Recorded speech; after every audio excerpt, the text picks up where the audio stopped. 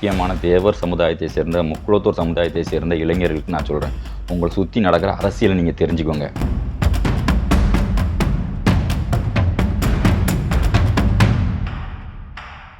அனைவருக்கும் வணக்கம். இந்தியாவுக்கும் இந்தியர்களுக்கும் என்னுடைய வணக்கத்தை தெரிவித்துக் கொள்கிறேன்.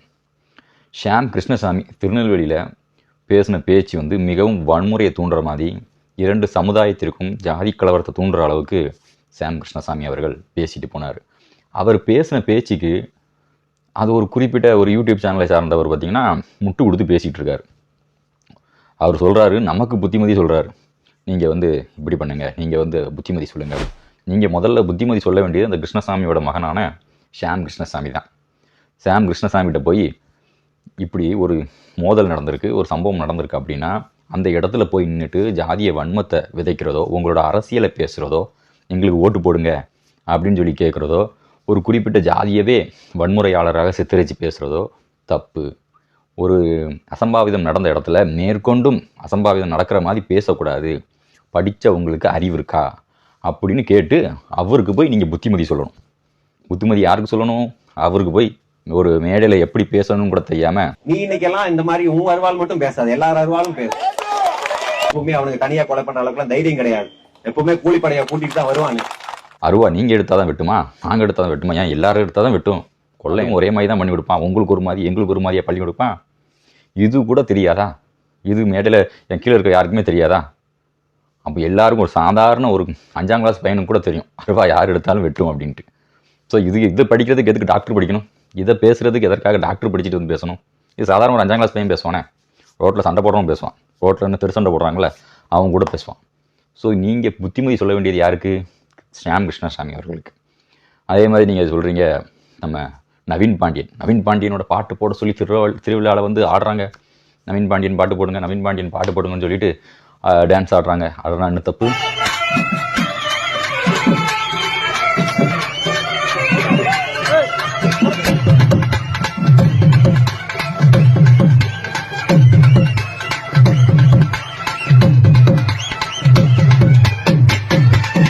இப்போ ஷாம் கிருஷ்ணசாமிக்கும் நவீன் பாண்டியனுக்கும் பெருசாக ஒன்றும் வித்தியாசம் கிடையாது, ஓகேவா?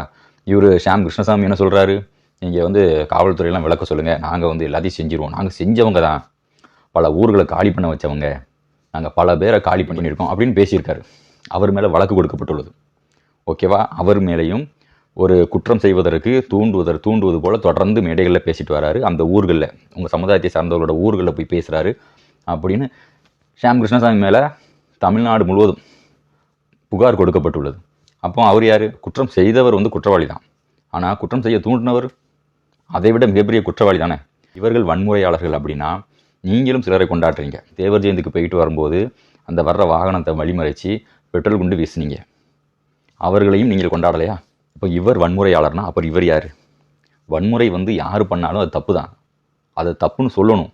இப்போ ஷாம் கிருஷ்ணசாமி அவர்கள் பேசுகிறதும் அவர் நான் தான் பண்ணேன், நாங்கள் பண்ணோம் அப்படின்னு சொல்கிறார், ஓப்பனாக சொல்கிறார். அப்போ அது தப்பு அப்படின்னு அது புத்திமதி சொல்லணும்ல. உங்கள் டீமில் உங்கள் கட்சியிலேருந்து யாராவது புத்திமதி சொல்லியிருக்கீங்களா இது வரைக்கும்? ஷாம் கிருஷ்ணசாமியை கூப்பிட்டு இப்படிலாம் நீ பேசக்கூடாதா அப்படின்னு யாராவது சொல்லியிருக்கீங்களா? ஆனால் இங்கே முக்குளத்தூர் சமுதாயத்தில் எல்லா தலைவர்களுமே இனிமேல் அந்த மாதிரிலாம் பேசக்கூடாது அப்படின்னு சொல்லி சரி எல்லா இடங்களுமே ஒரு நல்லதை தான் சொல்லிட்டு வராங்க, நல்லதை தான் விதைச்சிட்டு வராங்க.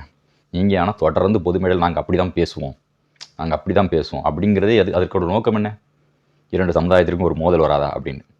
ஆனால் நீங்கள் ஏதோ ஒரு நல்லவர்கள் போல், மற்றவர்கள் தான் கெட்டவர்கள் போல் அப்படி ஒரு நியாயம் பேசுகிறது. நீங்கள் குறிப்பிட்ட ஆணவ கொலையை மட்டும் குறிப்பிட்டால் நீங்கள் பேசுகிறீங்க, அப்படி கிடையாது. தேவர் சமுதாயம் என்ன செஞ்சாலும் தேவர் சமுதாயத்தை டார்கெட் பண்ணி பேசுகிறீங்க. கல்லர் பள்ளிகளை கல்லர் பள்ளிகளாக இருக்கட்டும் சொல்லி அந்த மக்கள் போராடுறாங்க. ஒட்டுமொத்த முக்குளத்தூர் சமூகமும் ஒரு போராட்டம் நடத்திட்டு இருக்கு. அதையும் உங்களுக்கு எதிர்ப்பு. அது எப்படி கல்லர் பள்ளிகள்னு வைக்க முடியும்? நீங்கள் மட்டும் புதுசாக ஜாதி பேர்லாம் போய் கேட்டீங்க, யாராவது எதிர்ப்பு தெரிவித்தாங்களா? இதே முக்குளத்தூர் சமுதாயத்தை சேர்ந்தவங்க ஆதரவு தெரிவித்தாங்க, கையெழுத்து போட்டிருக்காங்க. உங்களுக்கு தேவேந்திர குலர் அந்த பெயர் கொடுக்கணும், அரசாணை கொடுக்கணும் அப்படின்னு சொல்லி இந்த முக்குளத்தூர் சமுதாயம் ஆதரவாக இருந்திருக்கு. திருமாரஞ்சி, தென்னிந்திய ஃபார்வர்ட் பிளாக்கோட கட்சியோட தலைவர் திருமாரஞ்சி அவர்கள் ஆதரவாக இருந்து உங்கள் மேடையிலையும் பேசியிருக்காரு. நீங்கள் எங்கேயாவது இந்த மாதிரி பேசுனதை காட்ட முடியுமா? உங்கள் மேடைகளிலே உங்களுக்கு ஆதரவு தெரிவித்து முக்குளத்தூர் சமுதாயத்தை சேர்ந்த அதே நீங்கள் எங்கள் கல்லர் பள்ளிகளுக்கு எதிர்ப்பு தெரிவிக்கீங்களோ அதே கல்லர் சமூகத்தை சேர்ந்த அவர் தான் உங்களுக்கு ஆதரவு தெரிவித்தார். கொஞ்சமாவது நன்றி இருக்கா உங்களுக்கு? நீங்கள் இன்றைக்கி கல்லர் பள்ளிகளுக்கு அவங்க பேருக்கு அவங்க போராடும்போது நீங்கள் அதற்கு எதிர்ப்பு தெரிவித்து அறிக்கை கொடுக்கீங்க, பேசுகிறீங்க. நான் ஏற்கனவே திருமாரஞ்சி அவர்கள்ட்டையும் அந்த கட்சியை சார்ந்தவர்கள்ட்டையும் சொன்னேன், இவர்களை நம்பாதீர்கள், இவர்கள் அவர்கள் காரியத்திற்கு மட்டும் சாதித்துக் கொள்வார்கள், கிருஷ்ணசாமி புதிய தமிழன் கட்சியை சார்ந்தவர்கள் நம்பாதீர்கள் அப்படின்னு. ஆனால் திருமாரஞ்சி அவர்கள் அப்போ கேட்கல. இன்றைக்கி அவர்களுக்கு வந்து புரிந்திருக்கும் அப்படின்னு நான் நம்புகிறேன். ஏன்னா இவர்கள் இப்படி தான், அவர்களுடைய காரியம் சாதித்ததுக்கு பிறகு இந்த புதிய தமிழகம் கட்சியை சார்ந்தவர் அவர்கள் வந்து அவர் காரியம் சாதிப்பதற்காக மட்டும் பயன்படுத்திக் கொள்வார்கள். இப்போ கல்லர் பள்ளிகள் அந்த பேரை வந்து காப்பாற்றுறதுக்கு ஏன் நீங்கள் ஆதரவு தெரிவிக்கல? அதனால் உங்களுக்கு ஏதாவது இழப்பு இருக்கா? நீங்கள் கேட்குறீங்க நாங்கள் வந்து ஏதாவது பண்ணால் உங்களுக்கு அதனால் ஏதாவது பிரச்சனையானு. அவர்களுடைய பள்ளிக்கூடங்களை அவர்களுடைய கல்லர்களோட பொது நிதியில் உருவாக்கப்பட்ட அந்த பள்ளிக்கூடம் சுதந்திரம் அடைவதற்கு இந்தியா அப்படிங்கிற ஒரு தேசம் உருவாவதற்கு முன்பாகவே கட்டப்பட்ட பள்ளிக்கூடம். அதே அவர்கள் அது அப்படியே எங்களுக்கு வேண்டும் அப்படின்னு கேட்குறாங்க. அப்படியே இருக்கட்டும், அதை மாற்றக்கூடாது அப்படின்னு. அதில் உங்களுக்கு என்ன பிரச்சனை? அதற்கு போய் எதிர்ப்பு தெரிவிக்கிறது. எல்லாத்தையும் பண்ணிட்டு யோக்கியர் மாதிரி ரொம்ப நல்லவர்கள் போல் அப்படி கையை கட்டிக்கிட்டு, அதாவது இவர்களுக்கு இது தெரிகிறதா? இவர்களுக்கு தான் ChatGPT பற்றி தெரியும், இவர்களுக்கு தான் எல்லாம் AI பற்றி தெரியும், வேறு யாருக்குமே எதுவும் தெரியாதா? பதில் கொடுக்கணும்னா எல்லாத்துக்குமே பதில் கொடுக்கலாம். கிட்டத்தட்ட ஒரு அரை மணி நேரத்துக்கு வீடியோ போடுறீங்க, உட்காந்து அரை மணி நேரத்துக்கு வீடியோ போட்டு பதில் சொல்ல முடியுமா? ஆப்பநாடு மறவர் சங்கத்தை பற்றி பேசுகிறீர்கள். ஆப்பநாடு மறவர் சங்க தலைவர் ராம்குமார் பாண்டியன் அவர்கள் எங்கேயாவது சமுதாயத்தை பற்றி தவறாக பேசியிருக்காரா? எங்கேயாவது சமுதாயத்தை பற்றி தவறாக பேசியிருக்காரா? உங்கள் சமுதாயத்தை நாங்கள் எல்லா சமுதாயத்தினுடையும் நட்புறவோடும் சகோதரத்துவத்தோடும் நாங்கள் இருக்கிறோன்னு சொல்கிறாரு. இதில் வந்து உங்களுக்கு இதே ஒரு குறை அப்படின்னா, இப்போ நீங்கள் சசிராஜா தேவரெல்லாம் வந்து நீங்கள் வந்து பேச தான் செய்வீங்க. ஏன்னா அவர் ஓப்பனாக பேசுகிறாப்புல, நீங்கள் பண்ணுற தப்பெல்லாம் அப்படி நெற்றி போட்டில் அடித்த மாதிரி ரிவிட்டு திரும்ப கொடுக்குறாருல, அப்போ உங்களுக்கு அது பெரிய தப்பாக தெரியும். அப்போ நீங்கள் சசிராஜா தேவரை பேச தான் செய்வீங்க. நீங்கள் பண்ணுற எல்லா அட்டூழியத்தையும் ஓப்பனாக பேசுகிறாரு. அதாவது நீங்கள் பண்ணுறது வந்து இவர்கள் வந்து தொடர்ந்து இந்த சமுதாயத்தை பற்றி தவறாக தான் பேசுகிறாங்க அப்படின்னு எல்லா மேடைகளையும் பேசுகிறாருல, அப்போ அது உங்களுக்கு வந்து தப்பாக தான் தெரியும். அது மாதிரி இந்த காணொலியை பார்த்துட்டு இருக்க முக்கியமான தேவர் சமுதாயத்தை சேர்ந்த முக்குளத்தூர் சமுதாயத்தை சேர்ந்த இளைஞர்களுக்கு நான் சொல்கிறேன், உங்களை சுற்றி நடக்கிற அரசியலை நீங்கள் தெரிஞ்சுக்கோங்க. அந்த நவீன் பாண்டியனும் அவருடைய நண்பர்களும் கைது செய்யப்பட்டாங்க திருநெல்வேலி வள்ளியூர் பக்கத்தில் வச்சு. அப்போ அந்த அம்மா வந்து பேசியிருந்தாங்க ஸ்டேஷன் வாசலில் வச்சு.